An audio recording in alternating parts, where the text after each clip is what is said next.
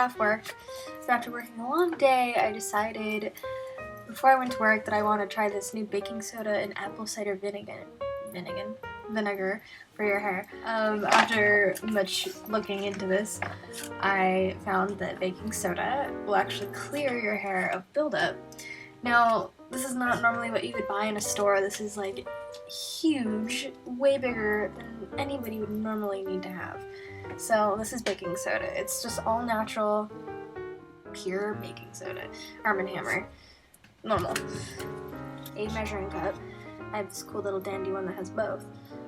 You take 1 tablespoon,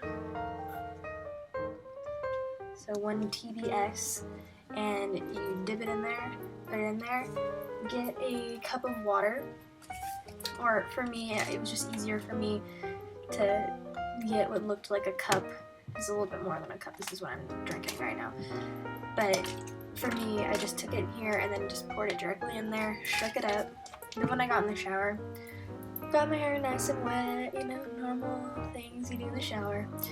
And then I put this on top and then just basically rubbed it into my scalp. Now, mind you, there's nothing else on my hair at this point. It's just me rubbing my scalp, which I guess you could picture me in the shower, but that's okay. But basically, doing that for a couple minutes, you're used to just shampooing your hair and there's a lather. This is not going to have a lather. It doesn't really feel like anything, to be completely honest. It's just kind of, you know, you just rub it in your hair. And then now, the big one, my favorite, rinse. No, I'm kidding. My next little beauty gem that I found is apple cider vinegar.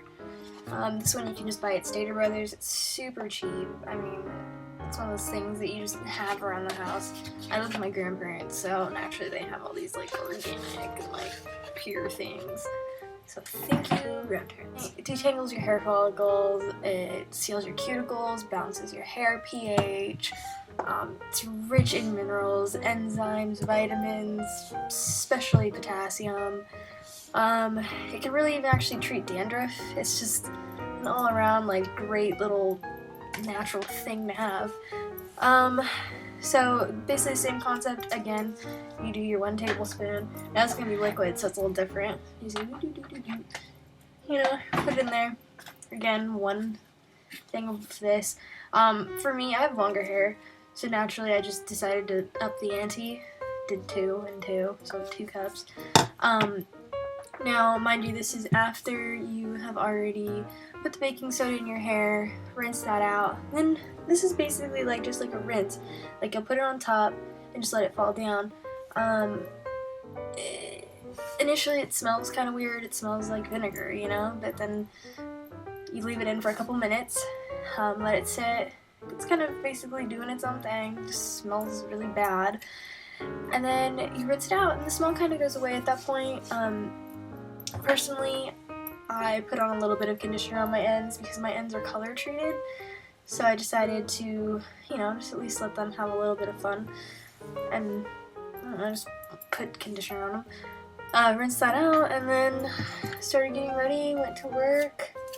And then my hair is naturally really oily. That's the one thing I can't stand about my hair, is it's been thin and oily. So, you know, this is after a shift at work and I definitely had some sweat, you know, like I'm a server, so, you know, got sweaty.